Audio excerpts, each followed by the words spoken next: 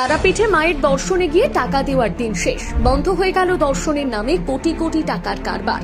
গঠন করা হলো বিশেষ কমিটি।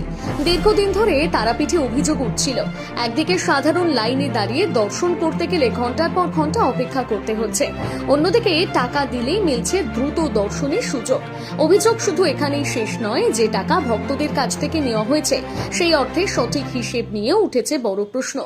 রাজ্যের পালাবদলের পর এবার এই অভিযোগের তদন্তে নামল বীরভূম জেলা প্রশাসন।